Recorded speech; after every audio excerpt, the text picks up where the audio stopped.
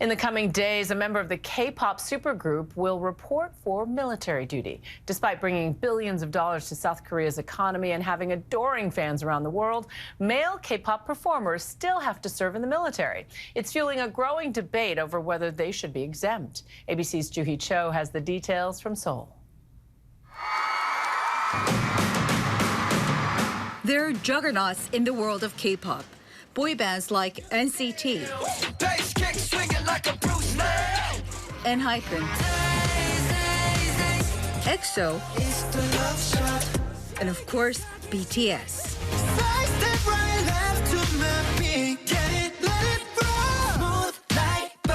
They've sold millions of records and performed in front of thousands of screaming fans.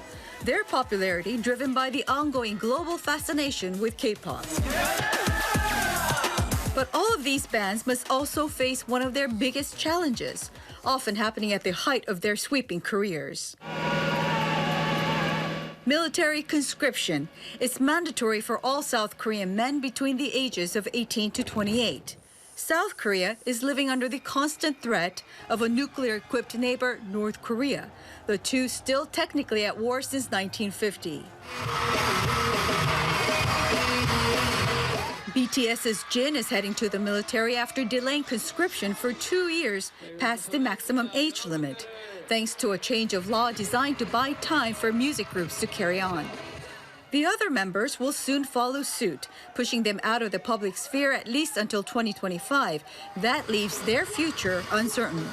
It's a path other groups have traveled with no guarantee fans will be waiting on the other side. It's extremely tough because they can't really function at their peak performance that they did when they left. And it's also a question of whether the market is there for them still, which is namely their fans. And they move on to other groups. They move on to other groups, or they just age out of being a fan of K-pop. But not all fans move on.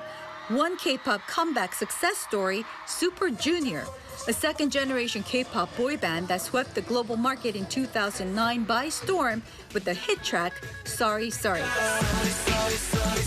It took 10 years for all members to finish military duties because of their age differences. We did what we had to do, and we are really proud of completing military service.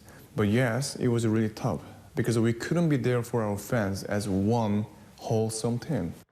Super Junior's Siwon Choi says it was a decade of uncertainty, but they used creative tactics to stay in touch with their biggest supporters. So we try to different ways to interact with our fans, like performing in units and solos. And I also went into acting, which gave me dual jobs now.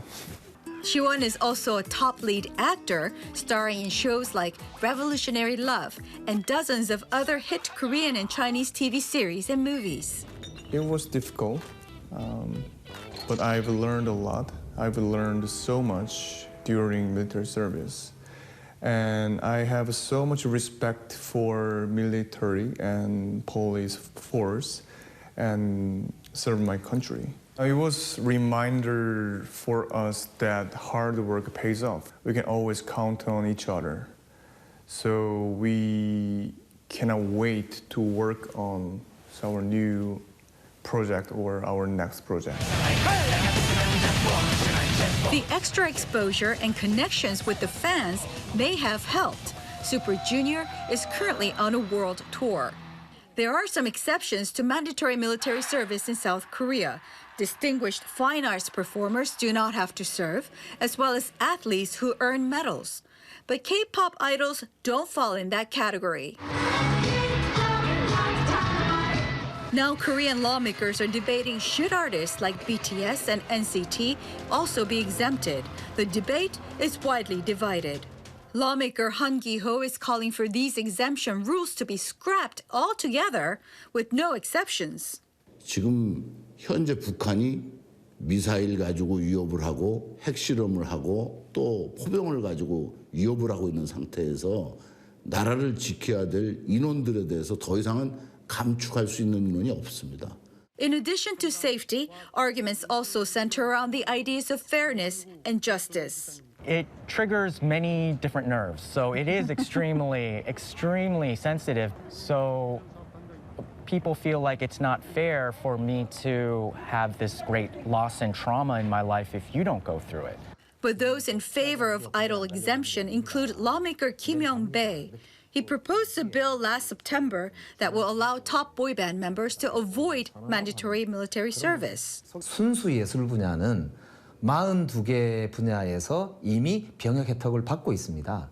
그런 면에서 보면 대중문화 예술이라고 이야기되는 BTS나 이런 분들의 사회적 영향력에 비해서는 이 대중문화 예술인들이 오히려 약간 차별받고 있다 이런 이야기도 있거든요. Recent analysis shows that K-pop generates about $10 billion for the country each year. And one study found that by 2020, BTS was contributing $3.5 billion a year to the nation's economy. That much influence can go a long way in elevating national status, image, and pride.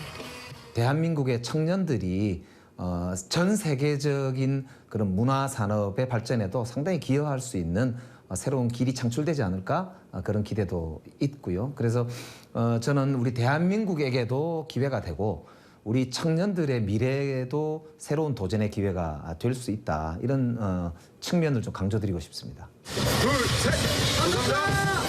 Korean people, they respect BTS and they cherish them. They regard them as a sort of like a national treasure and a national pride. But at the same time, to continue to have that kind of status, people now understand that well, maybe it's better for them to have a military service, to finish that properly. Both the Minister of Culture and Minister of Defense have stated that the issue of exemptions is under review and public opinion surveys will be taken into consideration. One of the ideas is to allow flexible dates of service so that all members in a group could finish their duties around the same time. The final policy decision is due by the end of the year, and until then, millions of K-pop fans are holding their breath, wondering just how long they'll have to wait to see their favorite groups on stage again. Go K-pop. Well, hey there, GMA fans. Robin Roberts here. Thanks for checking out our YouTube channel. Lots of great stuff here. So go on, click the subscribe button right over here to get more of awesome videos and content from GMA every day, anytime. We thank you for watching, and we'll see you in the morning on GMA.